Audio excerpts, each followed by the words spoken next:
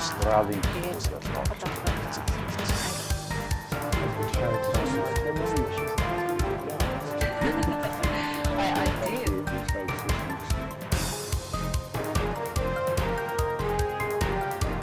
Welcome.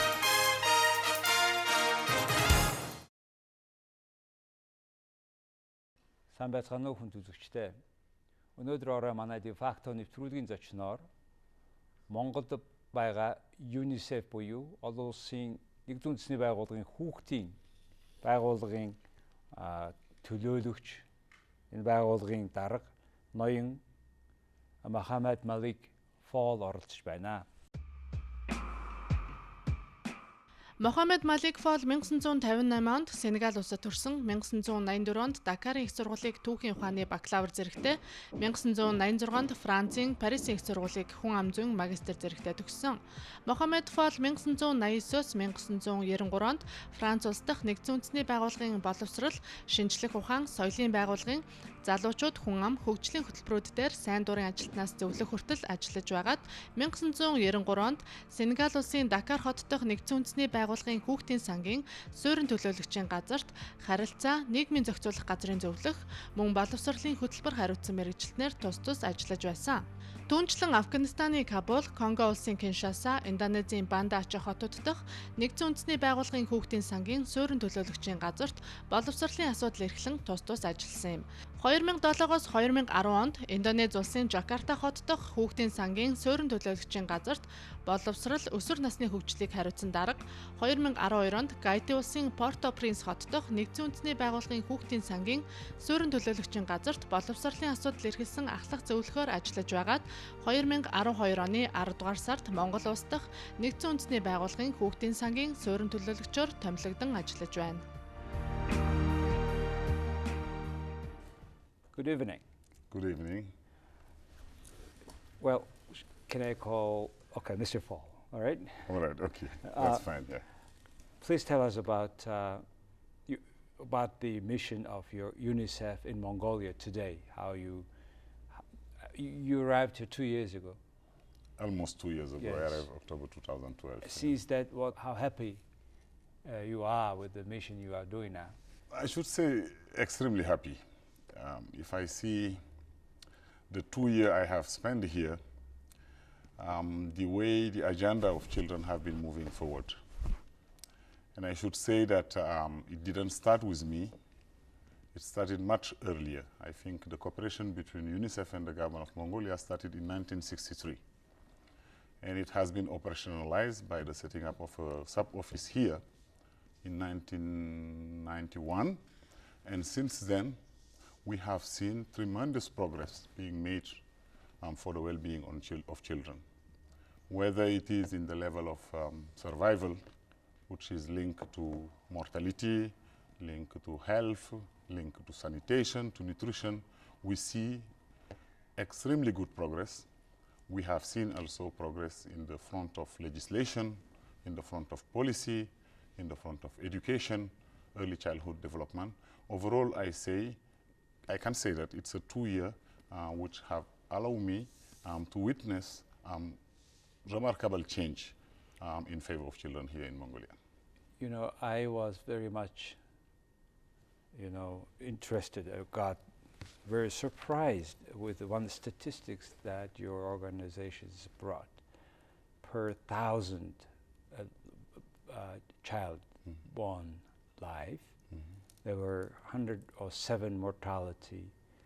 The year when UNICEF came to Mongolia in 1991, and now this figure today is 4 times less, or 25, as of last year, 2013, 4 times less mortality per 1,000 life born child.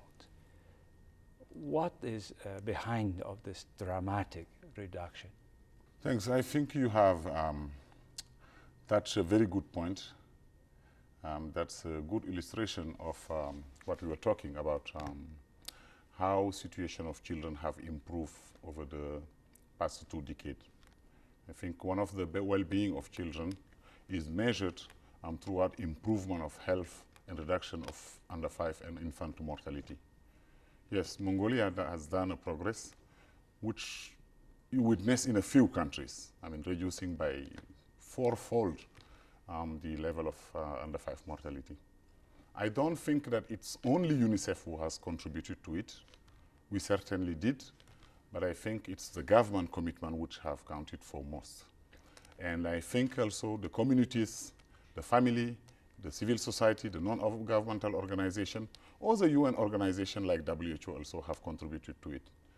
But the factor I can see that have influenced this really decisive change in the survival of children, I would say it's immunization. Vaccination is something which is extremely important to prevent child death. And I can see on that one there are two outstanding records here in Mongolia. It's the elimination of measles, which has been certified by WHO recently, but it is also the eradication of poliomyelitis, which are also major killers of children. I think the improvement also in the nutritional status is something that have contributed a lot. Many initiatives that are protecting, for example, mothers who are pregnant. The antenatal care is a factor which have been decisive. I would add also the improvement on the nutritional status of children. I think it's a combined factors, it's a combined partnership, it's a combined effort that has really led to this tremendous progress. This infant mortality at the level of 25, is it satisfactory? Is it the average level of the world, or do you compare probably developed and developing world? Is it at which level? If I compare it to developed world, I would say that we still have significant progress to make. In countries like US, France are around 7 per 1,000 births. Countries even like Singapore are doing better than those developed countries. Wow. But put in the overall and the big landscape of the global arena, Mongolia is well positioned. If I compare it, for example, to the region I'm coming from, Sub-Saharan Africa, or South Asia, or Middle East, where you have still rates that are close to 200 deaths per 1,000 births. And where also I think, and the points that need to be highlighted in the context of Mongolia, it is not only the level, but it is the time in which this unprecedented record has been set. Reducing it by 2 decades, having a 4-fold reduction, that's one of the points that has to be highlighted. And shows that if this tendency and this trend is maintained with improvement of quality of services and so on and so forth, we are going to get close to the situation of those developed world or those countries that are emerging, which I have mentioned, like, for example, the US, the Western European countries, or Singapore, or Malaysia, who have also shown significant improvement in the past decade. And also, probably with that, it's also connected that the stunting issue of the children are or less not growing according to their age. It's called, your statistics say that in Mongolia during only 3 years, this figure came from 15% to 10% dropped. So what it can be connected with? Is it the children eating better, or where is the problem in Mongolia? Yeah, I think that's a good question because you are touching now the issue of nutrition of young child. And as you know, it's not only stunting is one issue related to the growth and the normal and appropriate growth of a child. But I think we have some other problems like micronutrient deficiencies. We have problems like, for example, underweight. And now, step by step, Mongolia is also getting into what we are calling the double burden, which is not only malnutrition, but we are having also obesity, overweight as an issue. And those also in the long terms have consequences on the health of the child, of the health of a citizen. I see. When it comes to stunting, it is extremely important, not only on the nutrition dimension, but because it's a factor that follows almost the child the rest of the life. A stunted child has the problems of getting good ability of learning. A stunted child, even at adulthood, would have a problem of becoming very productive, for example, and skilled laborers. I mean, the consequences are really vast and are following almost throughout all the life cycle. And that's why we are addressing it. And we are extremely happy to have noticed that the trends now is that we are seeing a decrease. What I would say is that I think it has to do with the improvement of the situation of pregnant women.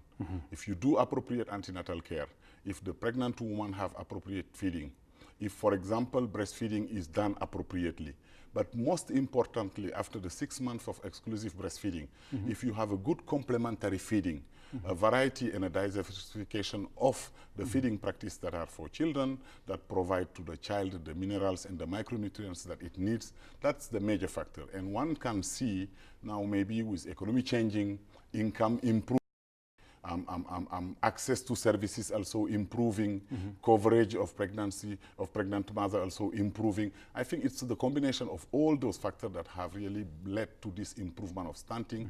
But I believe that stunting also need to be pushed further down to maybe smaller than at what it is right now, because as I say, I mean, it's something which is important for the development and for the learning ability of the child, and which follow also the human being up to the adulthood.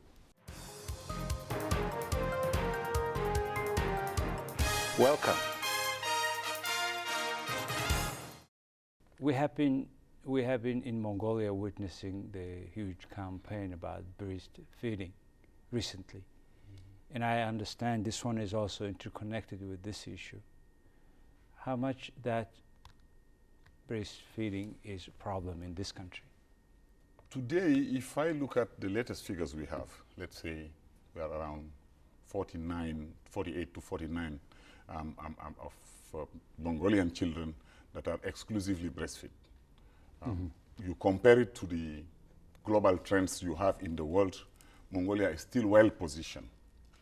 But as we have been saying in the campaign, the most worrying part of it, it's not the measure that, you know, have one child out of two being exclusively breastfed. It is the fact that we are witnessing a decline in the breastfeeding. Like, for example, 2010, you had almost 60% of children fully or exclusively breastfed, and now it is falling by 10 points. That's a kind of issue that we need to address. To do so, I think we need to joint effort, because also I think mothers need to be supported. At family level, in the workplace, legislation has to be there. Legislators have to also control all the advertisement and the campaign that the industry of, for example, the artificial milk are making. I mean, there are a lot of issues to be done, but I think that it is extremely important. And maybe I will conclude by saying the importance of breastfeeding is several-fold. But the most important one is the way it impacts, for example, on under-5 mortality. We are talking about the worrying part of that under-5 mortality, but breastfeeding can contribute to almost reduce it by 20%. Breastfeeding can help to strengthen the nutritional status of the child, for example, like we were talking about stunting. It can also help to develop appropriate psycho-affective relation between parents and child. I mean, there are so many factors that really are linked to breastfeeding and that are favorable to the development of the child, that I think we are going to maintain and maximize and keep this momentum that we have in this campaign, so that at least we try to reverse this tendency that we see, which is a decline in the exclusive breastfeeding. Okay, before we go that into details, I would like to ask some questions about UNICEF and about you. How come that you and me know each other for many years, since 86, 7, from Prague, where you and me were both working for International Union of Students. Probably many of our friends will see us, and since that, you have been very active, I remember, with UNESCO. Then you become with UNICEF. How that transition happened and why? Yeah, it's true that you are touching very good memories of time we had when we were much younger than now. But if you remember also the kind of drive we had at that time, for me are somehow similar to what we are doing today, to what I'm doing, what you are doing.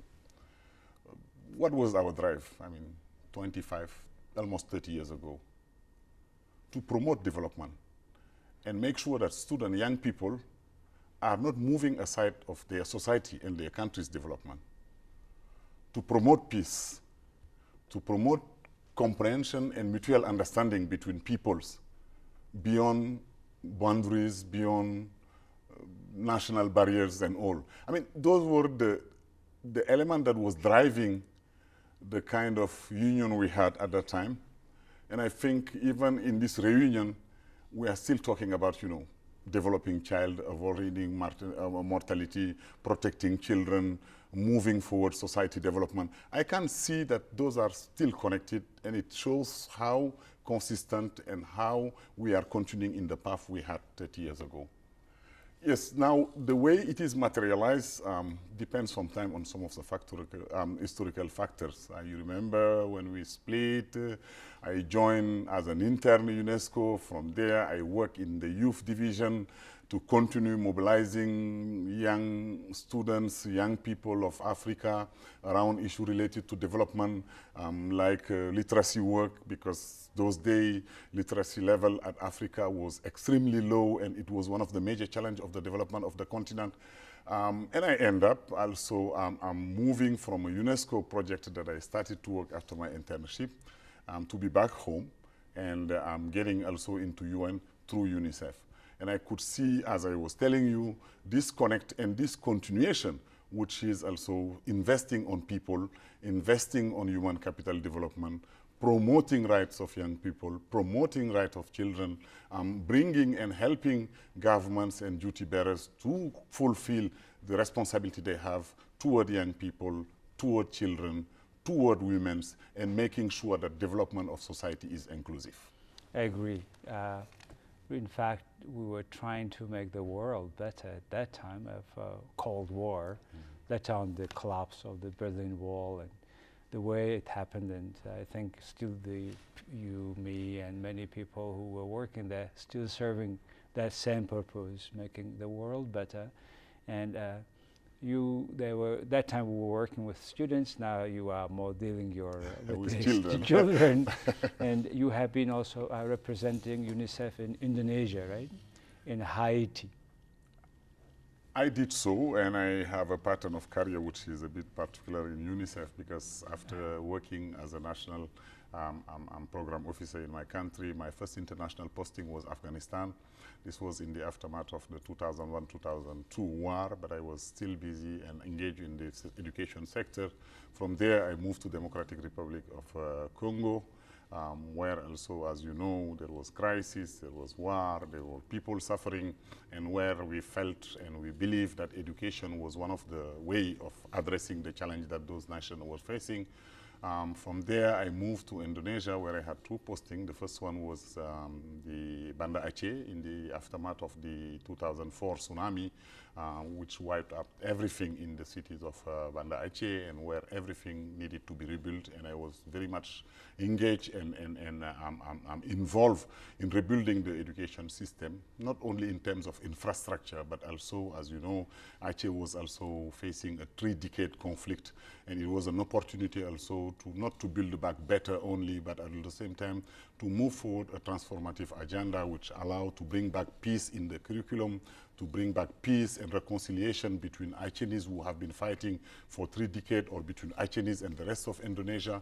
From there, I moved to Jakarta, and from Jakarta also, I was called back by another strong appeal of a disaster, which was the 2010 Haiti, where you remember 250,000 people lost their life in a context of a country which is defined as the poorest country of the Western Hemisphere, with very weak capacity at the government level, very limited resources. Of course, we had to mobilize the international community. We have to look for generosity to raise funds, and also try to reset the same process of rebuilding back better. And I was joking with a colleague by saying in Haiti it was not a building back better, because nothing was there even before the crisis. What it was to use the opportunity of this crisis, the challenge of this crisis, and transform this crisis into an opportunity where we try to put back the system on its feet, but at the same time we try to improve some of the challenge of the education system which were there even before the earthquake.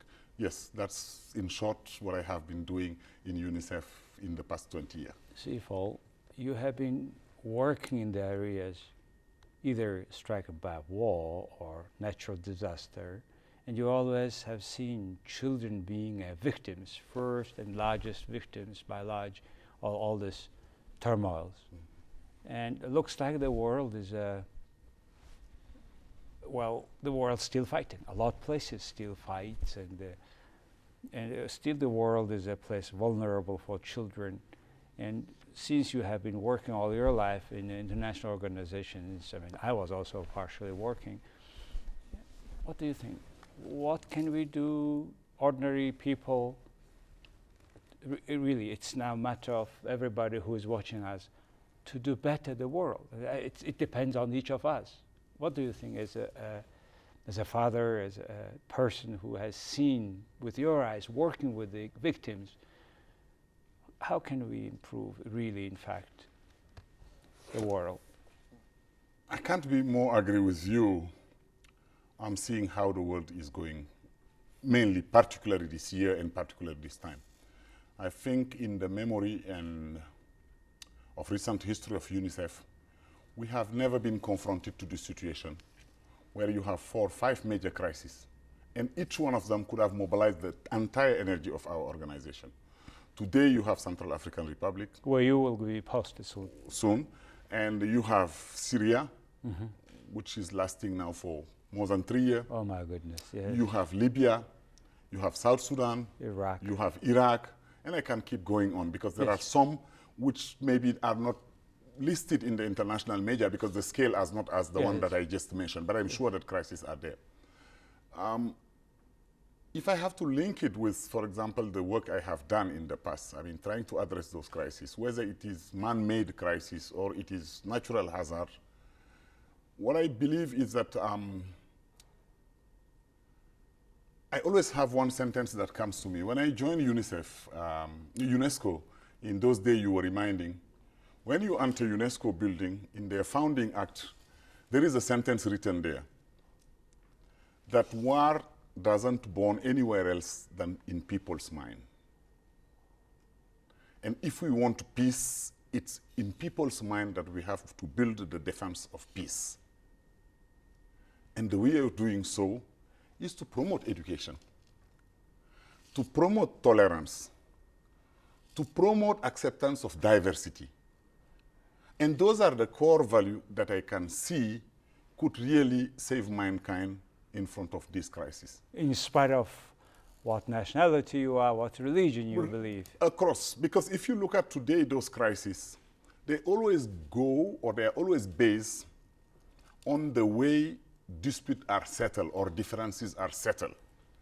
If you look at their roots, they are always linked with issues related to tolerance, accepting diversity, accepting difference in religious affiliation, accepting difference in race, in historical origins. I mean, if you put aside all of those elements, you don't have many factors explaining this war. Of course, competition over resources and all of these things, which I will place under the category of accepting diversity, accepting equality, accepting being tolerant, and having a peaceful way of addressing or solving problems. I think if we manage to drive the international community and the humanity on those directions, that's where I found the solution. And to tell you the truth, that all the crises I have worked in, whenever I talk to people, they would tell me, remind us what you have achieved in Haiti, in Banda Аче, in Congo, in Afghanistan.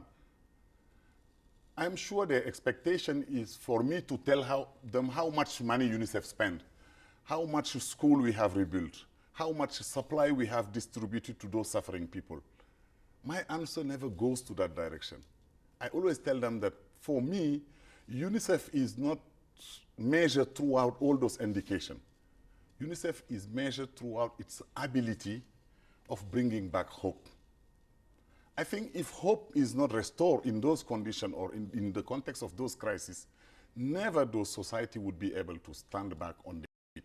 And that's, for example, one of the things that really drive us. And if you ask me whether across Afghanistan, Banda Аче and all, it's to see those children who have lost a parent, who have lost everything.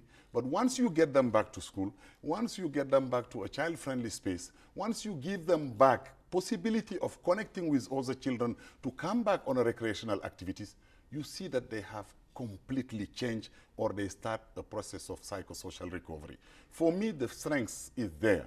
And I think that's why I'm linking it not with the material contribution of UNICEF to those crises, but how UNICEF symbolized that hope, how UNICEF symbolized that possibility of recovery after those kind of deep crises. And I think that's really the drive that we have, and that I think that are the only direction through which this crisis can be solved. And when I refer to education, to tolerance, to diversity, to peaceful settlement of conflict and of crisis, these are the kind of value that I think our education system should promote, and these are the kind of value that UNICEF is behind. You know, listening to you, knowing what you have been doing, I always think that this sort of exchange of opinions, feelings, should be more on our TVs, on the way people communicate, rather than the news comes only on, it's from more political and economic interests come on to the news, TVs,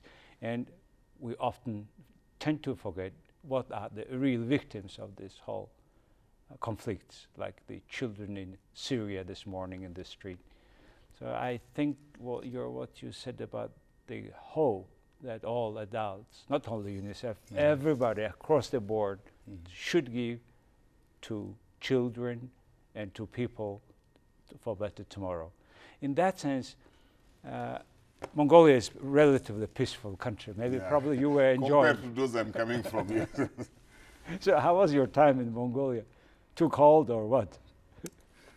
I could say that's the place I have the greatest time. First of all, I mean, if I give you the pattern of my career, you see that Mongolia has been the most peaceful posting I have got in the UNICEF. I think I have also a feeling of being blessed to be working in a country which such a great history. And I have a kind of particular interest in history, and I think that that's one of the things I would always remember, the contribution of Mongolia to mankind history, civilization even, I could say. But I think also a society where I see a sense of commitment to children. I always say to the colleagues that when we analyze the status of children in Mongolia, we should not do it only based on the mandate we have or the government, what the government is doing. Let's also get a bit deeper in the history. And I felt into so many, tales or reality that shows me that even prior to UNICEF or prior to the convention, Mongolian society itself give a high status to children. A colleague was telling me that they have a say that you have to treat your child below 3 like a prince. When the child is after 3, like a queen, between 3 and 5, and above 5, like an apprentice. That's fabulous, for example, for me, this perception or this route where we are taking, the work we are doing. Well, I'm with you with your comment, and I have seen several projects around carried by UNESCO in cooperation with Mongolian counterparts, Minister of Health and other Mongolian people. How much do you spend or help? What's your budget for Mongolia about a year? Let's say we have an average of spending which is around $6 to $7 million. What I can say, and usually when I respond to this question, I just add always that our contribution should not be measured only this is just one using of the financial indication. Because as I say, first of all, we are a right-based organization. We are a UN. We are not necessarily a donor organization. Part of our work also is technical assistance, capacity building, which are not necessarily measured by funding. Can you, by the way, about capacity building, tell us a few examples? Example of capacity building is all the work we are doing throughout data collection. Earlier you referred to one survey which have shown the progress that we are making. That's a process that, because also you don't take political decision or appropriate decision, whether it is in legislation or budget allocation, if it is not grounded on solid information and solid data. And I think that one is extremely important. We are bringing also in an issue which we call equities and addressing disparities. Because also you can have, like the mortality rate that you have quoted. You see how I was highlighting how significant it is. But if you disaggregate it, you will see that this decline is not benefiting the same way all children. Children coming from wealthiest families are benefiting more and much better to this decline than children coming from poorest families. And this one need to do a work to disaggregate the information and help the government to understand that the issue is not only spending for spending, but it is spending with the targeting that help them to address the most vulnerable, because it's the most vulnerable that are lagging behind. And unless they address the issue of the lagging behind, the issue will always remain as it is. That's part of also the dialogue, that's part of the advocacy, that's part of the planning process that we are setting, and we are working with government at national level, at sub-national level. And for me, if you ask me, for example, a tangible element of capacity building, it is how this process is helping to shape and make much more focused the policy when it comes to children. And I have many examples. I mean, this example of mortality was just given as an example, but in many areas, that is our approach. How big is your team of UNICEF in Mongolia? Who are there? Mongolians or all expatriates? It is a very small team, but I call them a dream team always, because you know sometimes the quality of delivery doesn't depend on the numbers. It depends also on the staff, their commitment, their motivation, the way we remain and stay together under the same vision. And I think that's one of the assets, and that's one of the things that I will regret most leaving this country office. And I'm saying this because I have also got the chance of working for UNICEF in different settings. And I will say the dominant part of those settings are large country office. But large country office also come with its difficulties. I mean, the more people are a large number, the more difficult it is to manage them, the more the reporting line gets complex, the more it is difficult to pull them together, to work as a one, to drive them toward a team spirit.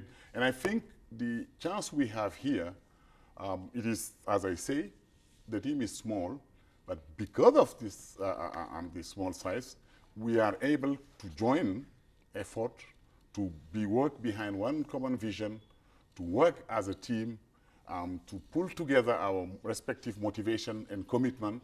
And as we say, regardless the number, when you are committed and when you are motivated, I mean, one person maybe can achieve something that 10 persons cannot achieve.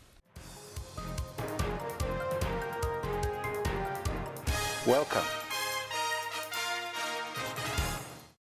Paul, what is the largest, biggest challenge of UNICEF working in Mongolia with Mongolians and tackling the issues? Is it a process itself or product, or please tell us what is the challenge your office in Mongolia has? As an office, what we do, we just share with the Mongolian government and we share with the Mongolian nation the challenge to be overcome. Because as I say, we have made tremendous progress. Progress which are almost unique compared to many regions or many parts of the world. But we do have also challenges that are remaining. And I think one of them will be how are we going to address disparity? And I think that's the point. Because across all indicators regarding children, when I look at them from the angle of wealth or family income, when I look at them about geographical location, sometimes gender-wise, sometimes linked to disability, you will see disparities.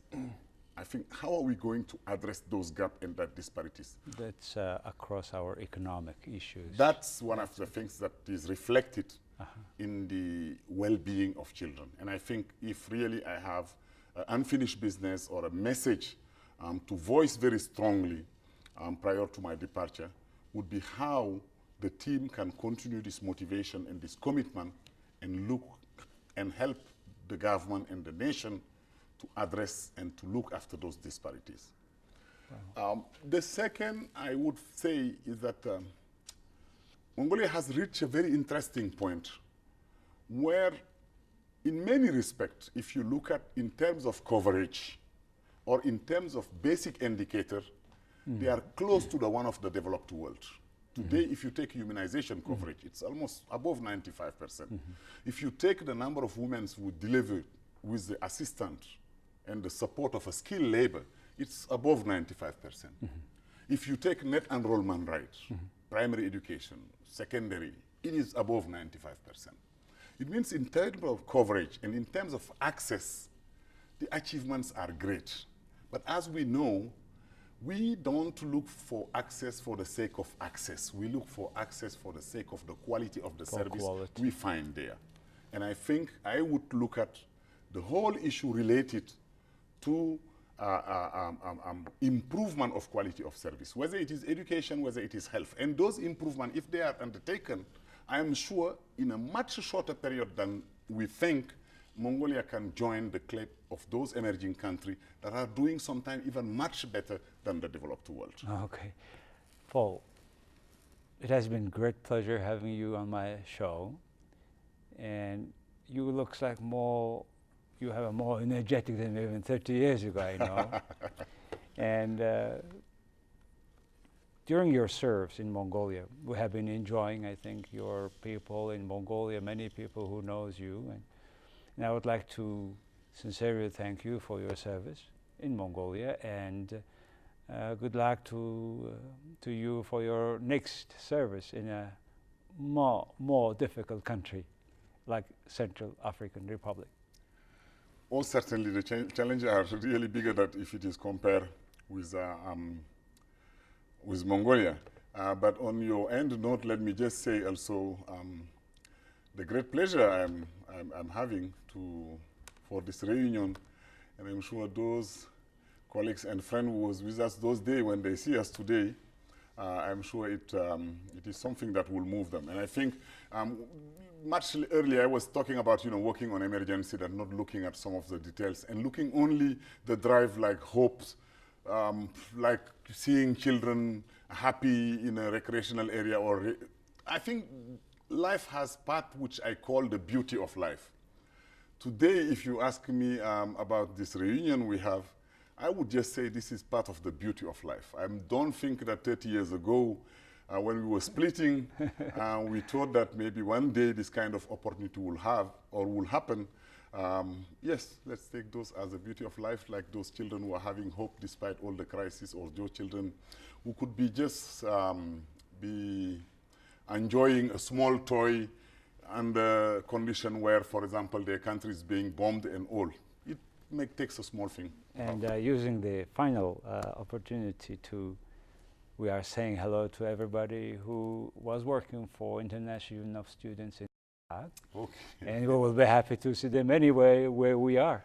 Okay, and we are keeping the same drive, the same motivation, and the same enthusiasm for the well-being of humankind. Thank you. Thank you very much. Good luck.